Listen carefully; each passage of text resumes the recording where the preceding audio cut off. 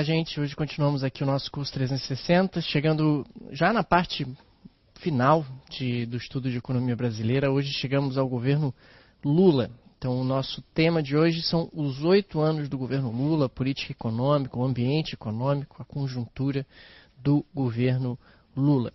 Apenas colocando em termos de antecedentes, recapitulando um pouco o que nós falávamos na semana passada, o governo Lula recebe um governo que tem como estratégia de política econômica o tripé, ou seja, o câmbio flutuante, o regime de metas de inflação e o regime de metas de superávit primário, sobre o qual nós falamos na semana passada. Então está até aqui uma pequena recuperação dessa estratégia. Vimos que a partir de 99 o Brasil trocou como estratégia de asfixiamento da inflação o câmbio pela política fiscal, né? Então nós temos do ponto de vista de política monetária um regime de metas de inflação, do ponto de vista fiscal um regime de metas de superávit primário e cambialmente nós temos um regime de câmbio flutuante. Essa é a nossa estratégia, tá? Então, essa transição do governo Fernando Henrique para o governo Lula, ela tem um ingrediente de incerteza bastante significativo, por não se ter segurança sobre o que será feito daqui para frente, quer dizer, qual vai ser a nova política econômica. Se a política econômica vai ser substituída, vai ser trocada, ou se a política econômica vai ser mantida. É dentro desse contexto que o Lula acaba assumindo. É por isso que o governo Lula ele começa com uma estratégia, que é a estratégia chamada de choque de credibilidade. O governo Lula tem uma estratégia no início muito clara de tentar inverter expectativas. Ou seja, se as expectativas elas estão negativas em relação ao futuro, se há muita incerteza, a gente vai quebrar isso e vai inverter. A gente vai construir um ambiente de expectativas positivas em relação ao futuro, vai criar um ambiente de segurança em relação ao futuro. E esse choque de credibilidade ele começa com a formação da equipe econômica, que inicialmente surpreende bastante. Se torna ministro da Fazenda o Antônio Palocci e presidente do Banco Central o Henrique Meirelles. O Palocci era o prefeito de Ribeirão Preto.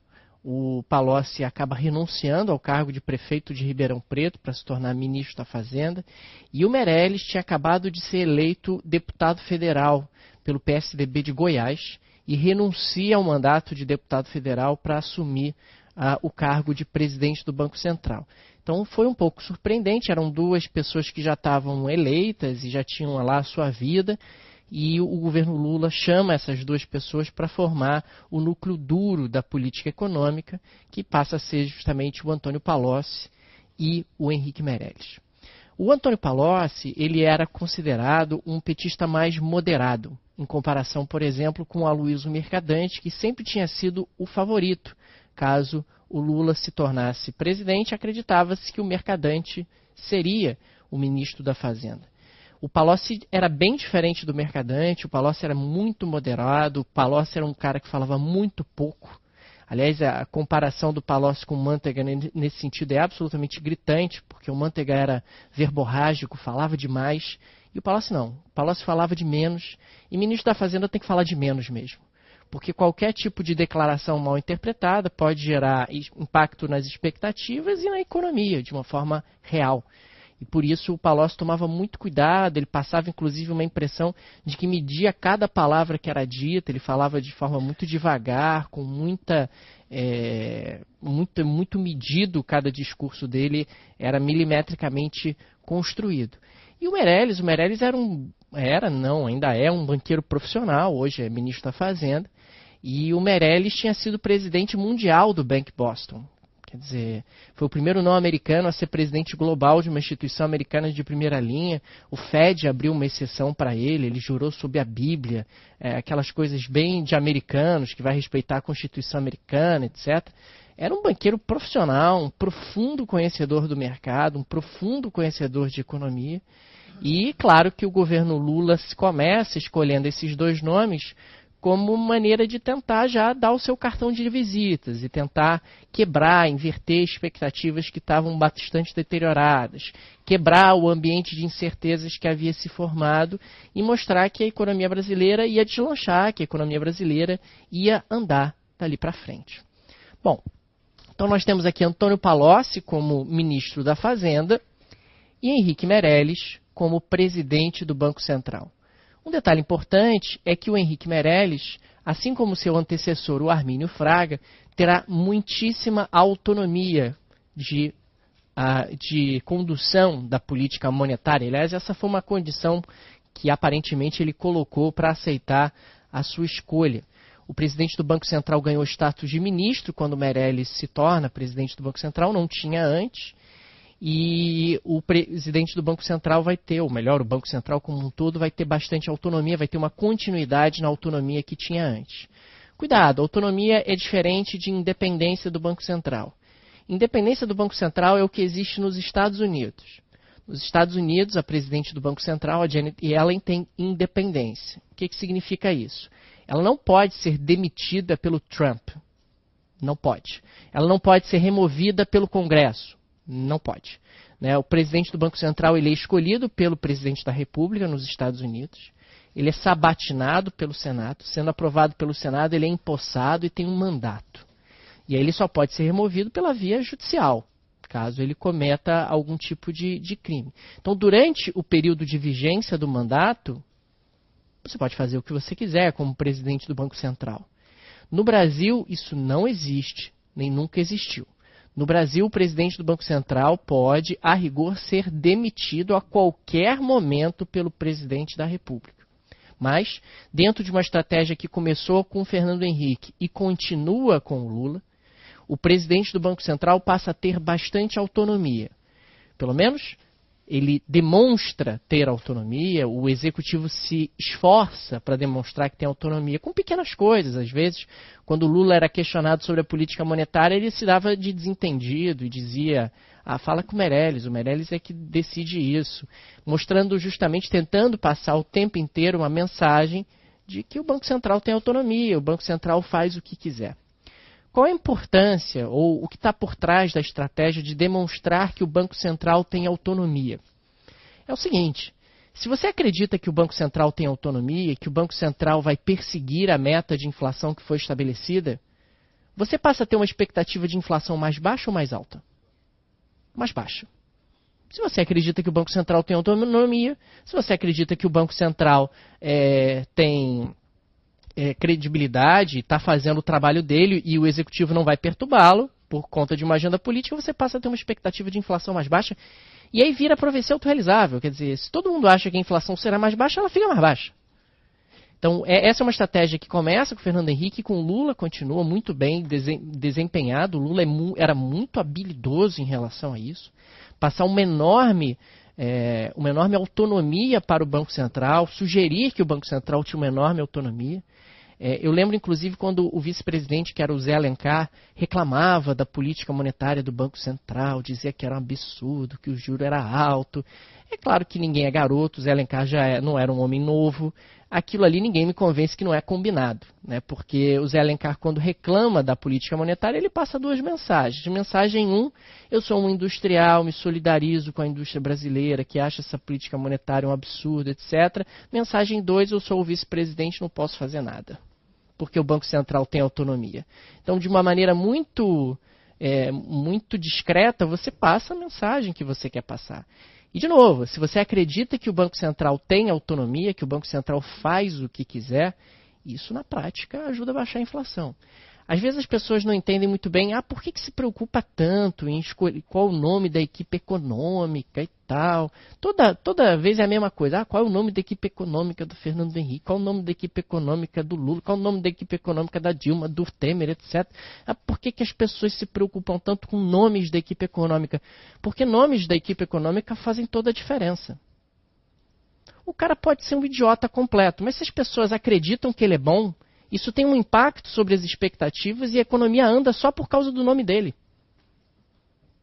Pode parecer besteira isso, mas não é. Você, quando escolhe um determinado nome para a sua equipe econômica, o simples nome já faz metade do trabalho. O nome faz metade do trabalho, porque metade do trabalho são as expectativas que vêm com o nome. Então, escolhi o Henrique Meirelles para ser presidente do Banco Central. Muito se dizia na época da Dilma que o Lula pressionava a Dilma a botar o Meirelles como ministro da Fazenda, e depois ele se tornou ministro da Fazenda do Temer. Claro, porque você bota o cara lá, metade do teu trabalho está feito. Porque colocando uma pessoa que tem credibilidade diante dos agentes econômicos, as pessoas já ficam otimistas, ficando otimistas, elas tomam decisões de otimistas. Ou seja, elas passam a investir mais, o juro cai, a inflação acaba diminuindo porque as expectativas em relação ao futuro ficam mais positivas.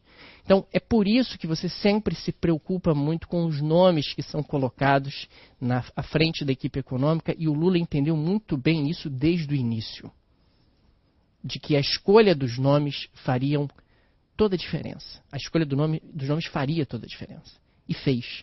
Então, por isso ele escolheu o Palocci e não o Aloysio Mercadante, por isso ele escolheu o Henrique Meirelles e não algum outro nome que poderia gerar mais insegurança. A simples escolha do Henrique Meirelles fez com que as expectativas de juros caíssem, a expectativa de inflação caísse, a expectativa de crescimento subisse. A simples escolha do nome dele, ou seja, metade do trabalho acaba sendo feito só pela sua simples escolha e pela formação da equipe econômica. E o Lula entendeu isso muito bem e desempenhou muito bem essa estratégia nesse início, essa estratégia de choque de credibilidade. Tá? Bom, essa equipe econômica, esse núcleo duro, desenha a manutenção da política do tripé. Ou seja, o regime de metas de inflação continua. Aliás, mais do que isso. A meta de inflação será reduzida. Nós teremos menor tolerância com a inflação. A meta vai ser reduzida. Quer dizer, vamos ser mais agressivos, vamos ser mais implacáveis com o combate à inflação. As metas de superávit primários serão mantidas. Aliás, mais do que mantidas, elas serão aumentadas. Teremos maiores metas de superávit primário. Por quê? Porque para baixar a inflação a gente vai ter que gastar mais com juros. Se a gente vai ter que gastar mais com juros, a gente tem que melhorar o resultado primário para acomodar essas despesas adicionais com juros. Tá? Então, o regime de metas de inflação continua, só que a gente vai ter uma política mais agressiva em relação ao combate à inflação, mais ortodoxa. A nossa meta será menor em relação à inflação daqui para frente. As metas de superávit primário serão mais agressivas, eu vou ter uma meta de economia de recursos maior. Durante esse primeiro mandato do Lula e durante a gestão Palocci-Meirelles, o Brasil vai ter os maiores resultados primários da história do regime de metas de superávit primário. Diga.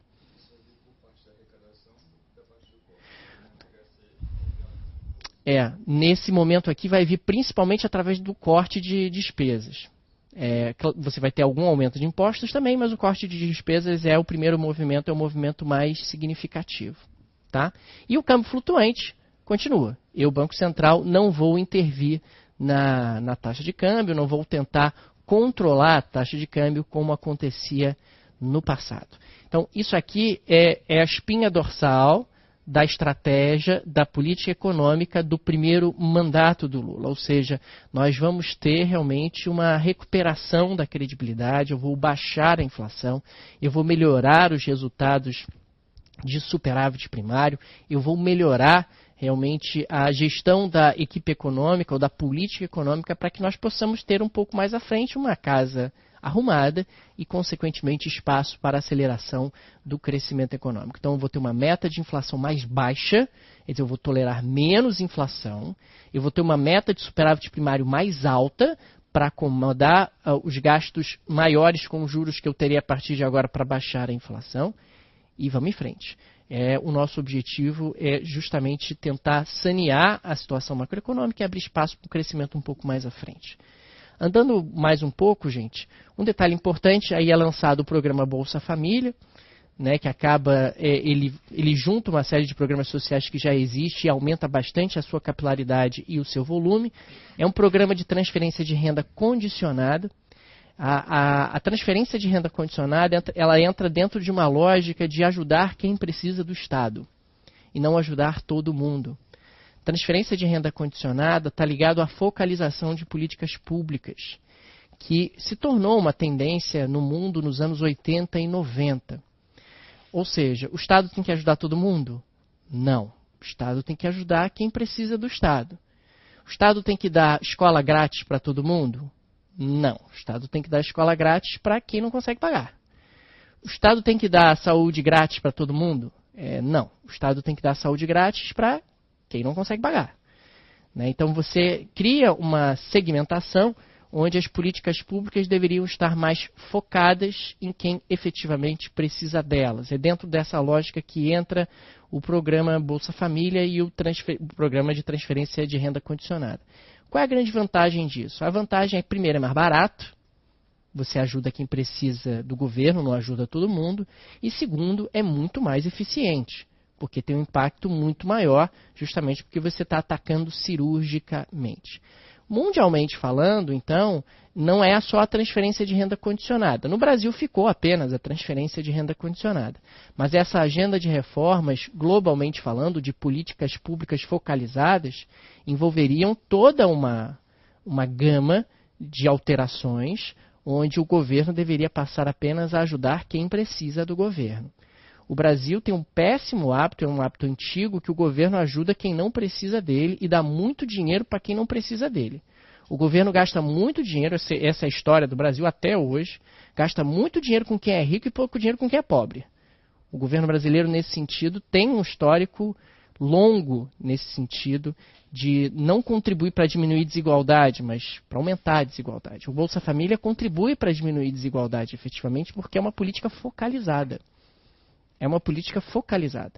Então, eu consigo, com relativamente poucos recursos, um programa relativamente barato, ter um impacto muito significativo na diminuição da pobreza.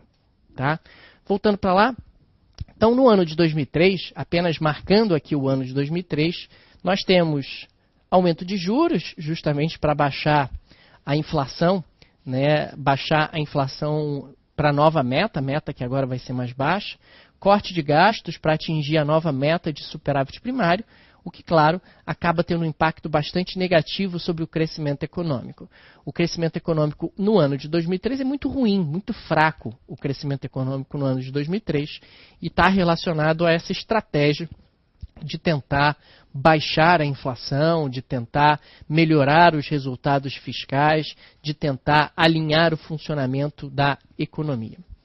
Em 2004, nós vamos ter uma recuperação do crescimento. Por que ocorre essa recuperação do crescimento? Porque a partir do momento em que a inflação baixa, abre-se espaço para uma redução dos juros. Então você vai ter uma redução dos juros conforme a inflação cede.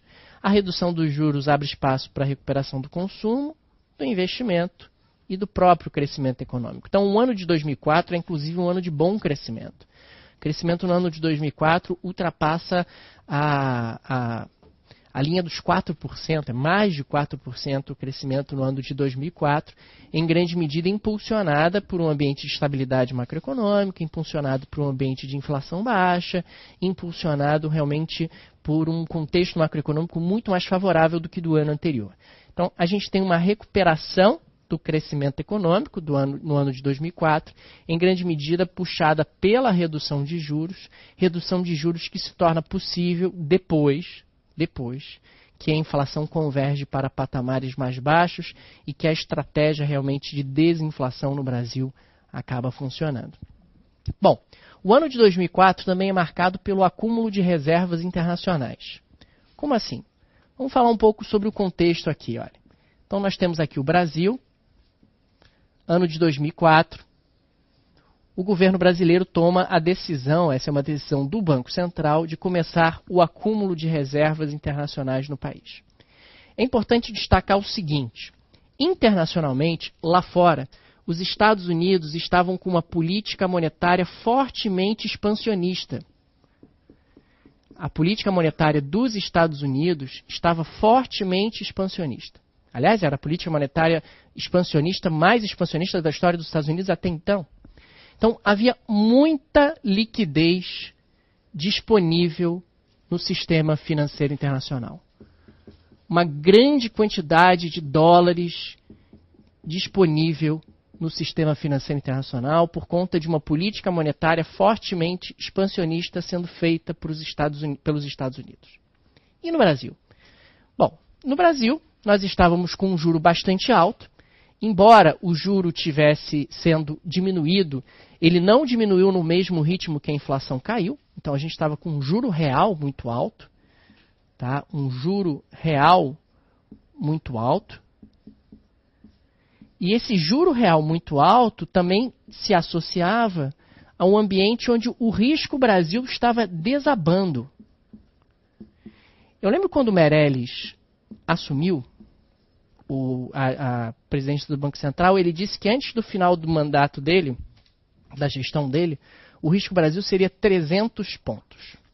O que significa o risco Brasil ser 300 pontos? Significa que o Brasil tem que pagar 300 pontos centesimais, ou seja, 3% mais do que o Tesouro dos Estados Unidos para compensar o seu risco adicional.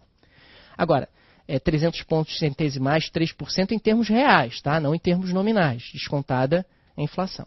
Então, se você tiver um risco Brasil de 300 pontos, você pode pagar 3% a mais que o Tesouro dos Estados Unidos e cria-se um ambiente de equilíbrio, onde o investidor é indiferente a aplicar no Brasil ou nos Estados Unidos. Tá? Então, ele assume em 2003 dizendo, antes do final da minha gestão no Banco Central, o risco Brasil será 300 pontos. As pessoas riram. Não é brincadeira. As pessoas riram porque o risco Brasil era 2.100. 2.100 pontos. O que significava que naquela altura o Brasil precisava pagar 21% a mais do que o Tesouro dos Estados Unidos para se tornar indiferente. Se quiser atrair dinheiro, tem que pagar mais do que 21% a mais do que o Tesouro dos Estados Unidos pagava. O detalhe é que quando o Meirelles saiu, o risco Brasil era 150, não era 300. Né? E a gestão dele, ela tem justamente esse foco de derrubar o risco. Como é que se derruba risco? Previsibilidade. Risco é incerteza. Risco é imprevisível. Pular de paraquedas é arriscado porque um monte de coisas que você não prevê pode acontecer. Um monte de coisas pode dar errado, por isso que é arriscado. Qualquer coisa arriscada é aquela que você não consegue controlar, não consegue prever. Então, o risco Brasil, ele era muito alto no início da gestão do Meirelles, porque ninguém tinha a mais vaga ideia de qual seria a política econômica no ano seguinte. Então, o risco Brasil vai lá embaixo. A partir do momento em que o Meirelles e o Palácio começam a desenhar a política econômica e ela começa a ficar bastante clara, o risco Brasil começa a desabar. A desabar mesmo. Cair a metade em pouco tempo, depois de mais algum tempo já caiu a menos da metade. Então, o risco Brasil vai desabando, e é isso que eu quero colocar aqui. Bom, e daí? E daí que dentro de um ambiente onde o risco Brasil está desabando e o juro real continua bastante alto, e lá fora existe muita liquidez, o que começa a acontecer? Começa a entrar um caminhão de dólares em direção ao Brasil. Tá claro isso, gente? Tem muita liquidez disponível no sistema financeiro internacional. O Brasil tem um juro real ainda muito alto. Embora o juro esteja caindo, ele não está nem caindo no mesmo ritmo que a inflação. E mais, o risco Brasil estava caindo muito mais do que o juro. Ou seja, a relação risco-retorno do Brasil estava melhorando. Porque o risco estava caindo muito mais do que o juro. Dentro de um ambiente onde há muita liquidez disponível no sistema financeiro internacional, começa a entrar muito dólar no Brasil. Diante desse contexto, o que o Banco Central resolve fazer? O Banco Central resolve acumular reservas internacionais. Como é que o Banco Central acumula reservas internacionais? Ele compra dólares e coloca nas reservas. Simples assim. Então tem um detalhe, o Banco Central, quando ele resolve acumular reservas internacionais, ele o faz comprando dólares. Então aqui você tem o mercado, o Banco Central resolve comprar dólares do mercado, ele faz um leilão de compra, é assim que funciona na prática, ele compra de quem oferecer mais barato, é assim, eu quero comprar uma determinada quantidade de dólares, quem quer oferecer dólares para mim? Quem oferecer mais barato eu compro, é simples assim. Então o Banco Central compra dólares do mercado para colocar nas reservas internacionais. E ao comprar dólares do mercado, o que ele é obrigado a fazer? Injetar reais. No que ele injeta reais em circulação, isso vai gerar pressão inflacionária, certo? Para que não gere pressão inflacionária, o que faz o Banco Central? Vende títulos do governo, títulos de dívida pública, e tira os reais de circulação. Tudo bem até aí? aqui, olha. O Banco Central quer acumular reservas internacionais. Como é que ele acumula reservas internacionais? Comprando dólares. Então, o primeiro movimento é o movimento em preto.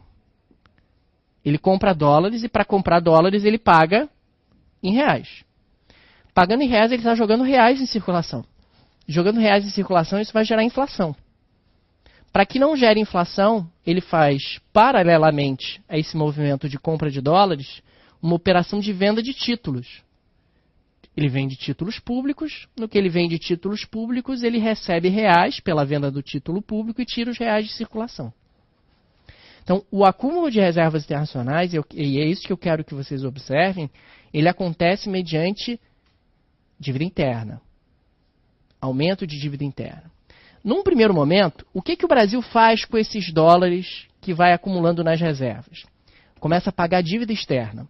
O Brasil tinha uma dívida externa alta, principalmente junto ao Fundo Monetário Internacional, ao Clube de Paris e a alguns outros organismos multilaterais. Então, o Banco Central brasileiro começa a pagar a dívida externa do país. Tá? Mas observem que você está pagando a dívida externa com dívida interna. Então, você está trocando a dívida externa pela dívida interna.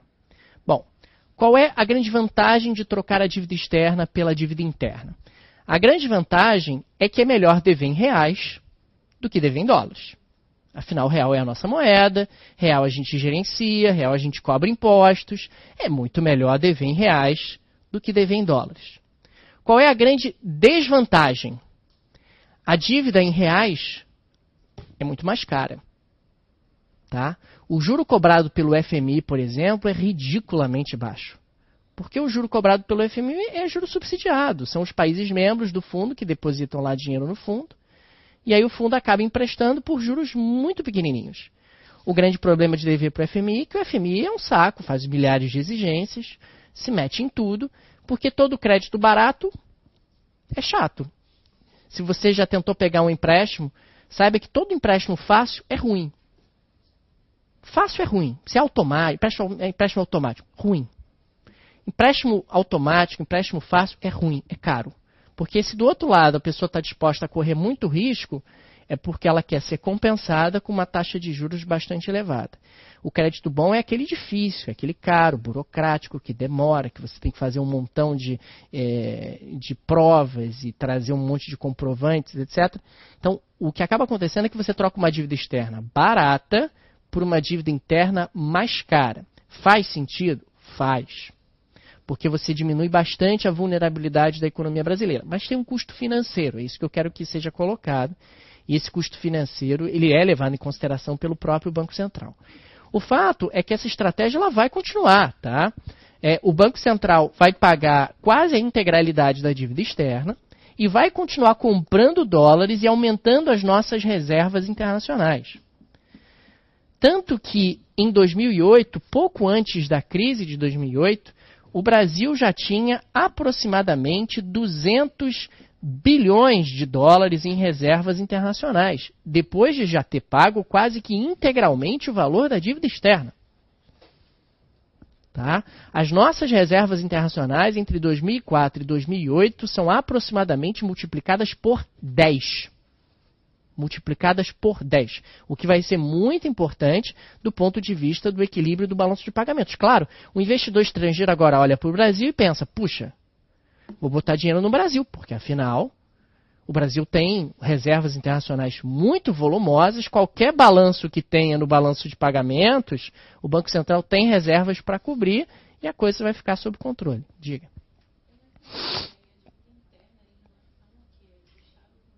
Com quem quiser emprestar para o Estado. Quando o governo leiloa títulos públicos, quando ele vende títulos públicos, qualquer pessoa pode comprar.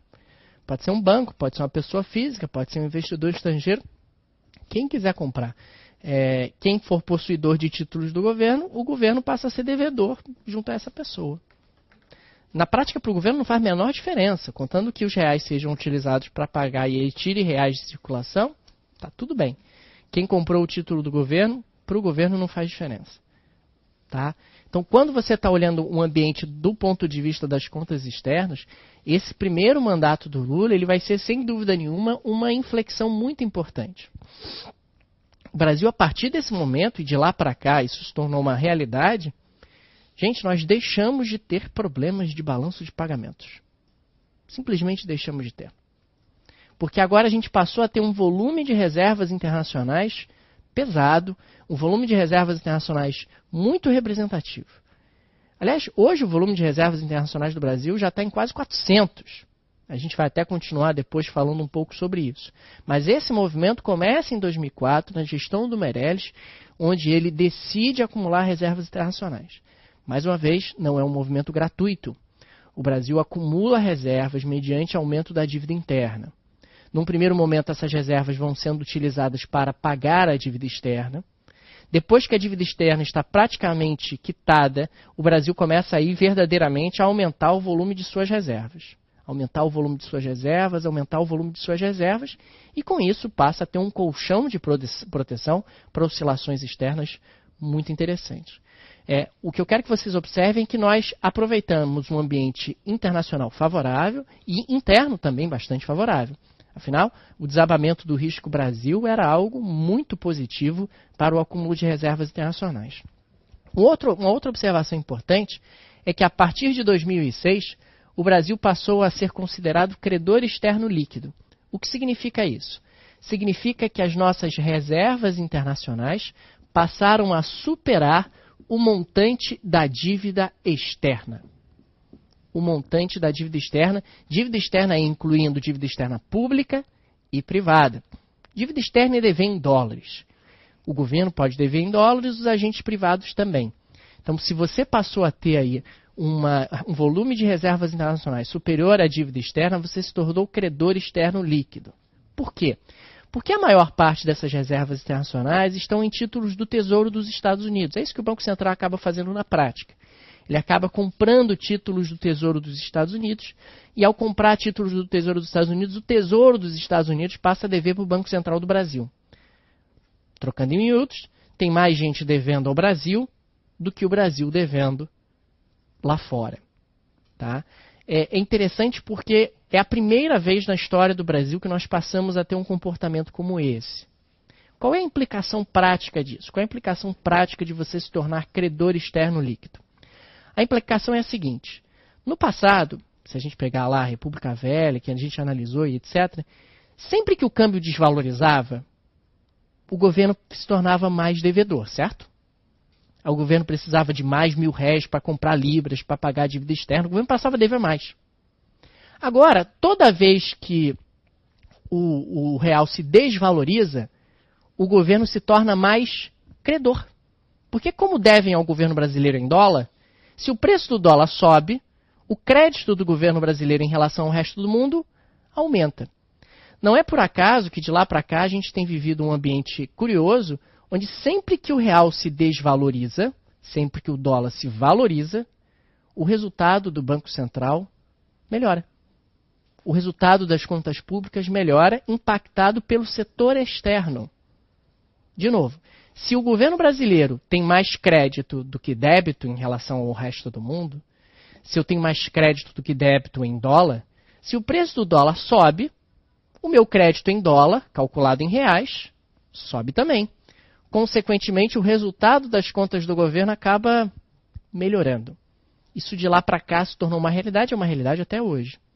O Brasil, inclusive, hoje é muito mais credor externo líquido do que era em 2006. 2006 foi o marco, foi o momento em que ultrapassou e o montante de nossas reservas internacionais se tornou maior do que o montante de nossa dívida externa. Então, se há uma grande herança desse primeiro mandato do Lula, particularmente da gestão do Banco Central, é uma inflexão na história econômica brasileira no que diz respeito ao setor externo. Nós passamos a ser um país que não tem mais problemas de balanço de pagamentos. Tanto que quando a gente entrar no governo Dilma, no governo Temer, mais para frente, nós vamos ver que o Brasil tem uma série de problemas na economia. Não nas contas externas. Nas contas externas a situação foi resolvida. Pelo menos por enquanto, pode ser que no futuro a coisa mude, mas por enquanto a situação externa está bastante tranquila. Tanto isso é verdade que há poucas semanas, quando surgiu a crise do Joesley, né, Joesley, que é um nome maravilhoso para uma crise, né, a crise de Joesley, o preço do dólar começou a disparar, né? O que o Banco Central fez? Pegou 5 bilhões de dólares das reservas, o que num volume de reservas de 400 é nada, né? 5 bilhões em 400 dá um pouco mais de 1%. É nada. Pegou 5 bilhões de dólares nas reservas e jogou no mercado. O que aconteceu com o preço do dólar que estava subindo? Começou a cair de volta. Até porque acalma as pessoas, né? No momento inicial de crise, tem sempre aquela histeria coletiva. Vou comprar dólar. O cara nunca pensou em comprar dólar na vida. O cara não precisa comprar dólar e corre para a casa de câmbio. E em situações como essa, quanto mais o preço do dólar sobe, mais as pessoas ficam apavoradas e irracionais. Subiu para 3,30, 3,40. Meu Deus, tem que comprar antes de que vá para 3,50. Aí vai para 3,60. Tem que comprar antes que vá para 3,80. E as pessoas acabam impulsionando isso. Se o Banco Central, logo na largada, pega um pedaço das reservas e joga no mercado e o preço do dólar cede, as pessoas acalmam e o movimento acaba. Tanto que de lá para cá, o dólar tem flutuado ali em patamares mais razoáveis e tal, subiu um pouquinho e tal, mas nada demais, nada fora do controle. Uma situação como essa jamais teria sido possível se o Brasil não tivesse um alto volume de reservas internacionais. Esse é o meu ponto. O alto volume de reservas internacionais é super importante para que você tenha, inclusive, tranquilidade no mercado cambial. Tranquilidade no mercado cambial, porque ninguém vai ficar apostando contra o real quando você olha na outra ponta e descobre que o Banco Central tem 400 bilhões de dólares em reservas. Ou 200, como era o caso na época ainda, não tinha chegado a 400. Mas você está falando de um ambiente onde, para apostar contra esse Banco Central, tem que ter força, e não é qualquer um que consegue ter força para apostar nesse volume. Tá? Então, voltando para cá, gente, a gente está falando de um ambiente onde há efetivamente uma inflexão em termos de situação externa. Um outro ponto importante é que em 2005 nós tivemos uma crise política grave, que foi a crise do mensalão, e foi a primeira vez na história do Brasil onde uma crise política quase não teve impacto sobre a economia. Por que quase não teve impacto sobre a economia? Porque havia uma percepção de que a política do tripé tinha se tornado uma política de Estado e não de governo. Mesmo que você trocasse o ministro da Fazenda, mesmo que você trocasse o presidente da República, a política econômica ia ser mantida. A política do tripé ia ser mantida independentemente do movimento político que acontecesse. É algo, no mínimo, curioso, novo, diferente da história brasileira. Em 2005 você tem essa percepção. Porque se pensa o seguinte, olha, a gente tem dois grandes partidos, né, que são o PT e o PSDB. O PSDB adotou a política do tripé, o PT também. Ou seja, se a gente tiver algum tipo de alternância, o que muda na política econômica? Nada. Se não muda nada na política econômica, não tem por que o mercado reagir, não tem por que gerar maiores instabilidades do ponto de vista político. Então, a gente está vivendo ali em 2005, aproximadamente, um período onde há uma cisão, há um divórcio entre política e economia, o que nos dá bastante saudade hoje, né, porque isso não continuou, por razões que a gente vai ver um pouco mais à frente. Mas há uma percepção ali de que a política econômica vai ser mantida. Vai ser mantida. O que é muito interessante é que, a gente vai discutir até um pouco mais sobre isso mais para frente, mas na eleição de 2010, os dois candidatos, o Serra e a Dilma, eram contra a política econômica do Lula e do Fernando Henrique, o que era uma coisa completamente maluca. A política econômica, que bem ou mal, estava dando super certo, e os dois candidatos, tanto o Serra quanto a Dilma, prometem na campanha que vão mudar esta política econômica que está dando certo. Por razões que às vezes me levam a ter dificuldade de compreender. O Serra sempre foi do contra, dentro do PSDB. O Serra foi contra o Plano Real, o Serra foi contra as metas de inflação, o Serra foi contra as metas de superávit primário. O Serra sempre foi do contra. Sempre foi do contra. E a Dilma tem uma visão própria de mundo, né, digamos assim. Cumpriu a promessa, sem dúvida, e que é o que a gente vai discutir um pouco mais à frente, de mudar aí um pouco a política econômica que vai ser implementada. Mas nisso, o Lula e o Fernando Henrique eram muito habilidosos. Né? E é um pouco o que a gente se ressente agora no atual momento, né? Porque com todos os problemas que você pode se colocar nos dois, no Lula e no Fernando Henrique, os caras eram muito malandros, políticos profissionais, sabem como a coisa funciona, como é que se administra um transatlântico como é o Brasil, sem a coisa desconcentrar. Tanto que esse período Fernando Henrique Lula é um período que a gente tem muita calma na economia. Se a gente observar o dado histórico brasileiro que nós analisamos até agora, o período Fernando Henrique Lula é incomum, absolutamente incomum. Com todos os problemas que surgem, é um período bastante tranquilo. O Fernando Henrique, na aula passada que nós vimos, com todas aquelas crises malucas que aconteceram, não teve recessão em nenhum ano. Nenhum ano teve recessão no governo do Fernando Henrique. O Lula também não. Nenhum ano teve recessão. Ou seja, uma variação negativa do PIB. Você teve problemas aqui, acolá, etc. Mas, de uma forma geral, a construção de uma política econômica linear fez toda a diferença.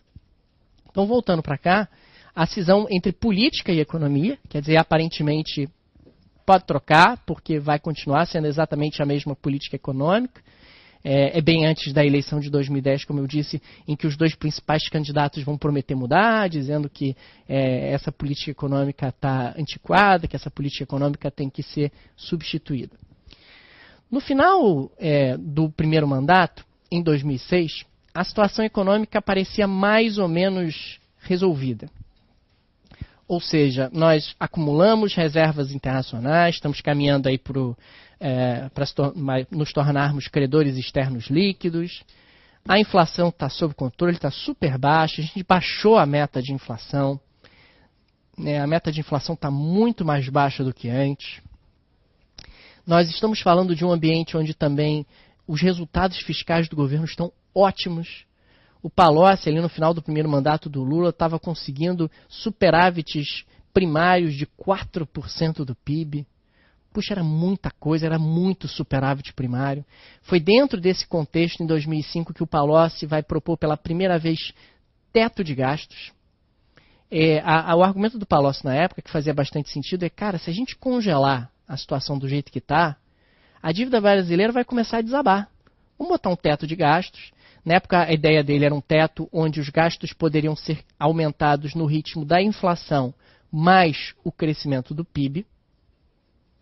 E, consequentemente, você criaria ali um ambiente onde, com esses superávites primários enormes que a gente tem agora, a gente vai conseguir diminuir o endividamento do Brasil. Então, é a primeira vez, diante desses superávites primários enormes que o Palocci estava tendo, e o Palocci foi a primeira pessoa a falar em teto de gastos. Vamos botar um teto de gastos para que o nosso endividamento ao longo dos próximos anos possa ir declinando de maneira muito controlada. E era um argumento que o Palocci usava na época, que fazia todo sentido, que cara, você faz esse ajuste quando as coisas estão indo bem. Porque aí é muito mais fácil. É muito mais fácil fazer o ajuste definitivo, como ele chamava na época, quando a situação está mais ou menos sob controle, quando a arrecadação não para de crescer. A arrecadação não parava de crescer porque o combate à sonegação se tornava cada vez mais sofisticado, mecanismos eletrônicos eram cada vez mais utilizados, a economia brasileira estava dando sinais de recuperação, estava dando sinais de força, de crescimento econômico. Poxa, vamos aproveitar esse momento e vamos pegar uma parte desse dinheiro extra que está entrando e vamos abater dívida, para pagar a dívida, para diminuir a dívida, contendo assim a expansão dos gastos. Então, com isso, nós poderíamos ter aí uma queda do endividamento do setor público nos próximos anos e uma melhoria da situação fiscal. Tá legal, gente? Bom, vamos fazer um intervalo, na sequência continuamos. Até já.